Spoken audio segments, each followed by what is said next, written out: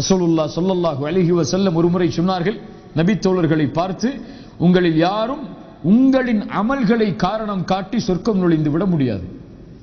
யா அல்லாஹ், நான் இவ்வளவு செஞ்சிருக்க, இவ்வளவு அழைப்பு பணி செஞ்சிருக்க, இவ்வளவு சதக்கா கொடுத்திருக்க, இவ்வளவு மார்க்க நிகழ்ச்சிகளை ஏற்பாடு செஞ்சிருக்க, எனக்கு சொர்க்கத்தை கொடுன்னு சொல்லி அல்லாஹ் யாரும் உங்கள்ட கேட்ட முடியாது. சஹாபாக்கள் உடனடியாக கேட்டார்கள், யா ரசூலுல்லாஹ், அப்போ நீங்க உங்களுடைய நிலைமை என்ன? ரசூலுல்லாஹ் ஸல்லல்லாஹு அலைஹி வஸல்லம் சொன்னார்கள், ஆம், நானும் தான்.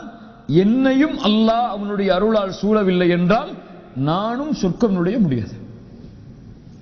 நான் நபி, நான் ரசூல், நான் அல்லாஹ்வுடைய நேசர், அல்லாஹ் என்ன சொர்க்கத்துக்கு அனுப்பிடுவான்னு உறுதியாக சொல்லல. என்ன சொன்னாங்க? அல்லாஹ் என்னையும் அவனுடைய அருளால் சூழவில்லை என்றால் நானும் சொர்க்கம் நுழைய முடியாது என்று அல்லாஹ்வுடைய தூதர் ஸல்லல்லாஹு அலைஹி வஸல்லம் அவர்கள் சொன்னார்கள். அதனால் பிறரை அழைப்பதற்கு தயாராக ஆகுவதற்கு முன்னால் இந்த மாநாட்டு நிகழ்ச்சிகளை ஏற்பாடு செய்து நாம் அல்லாஹ்வுடைய உதவியால் நாம் செய்கின்ற இந்த ஏற்பாட்டின் மூலமாக பிறர் நேர்வழியை அடைய வருவதற்கு முன்னால் நாம் செய்ய வேண்டியது, என் ரப்புக்கு முன்னால் நான் யார், அதை முதலில் நான் இன்று முடிவெடுக்க வேண்டும்.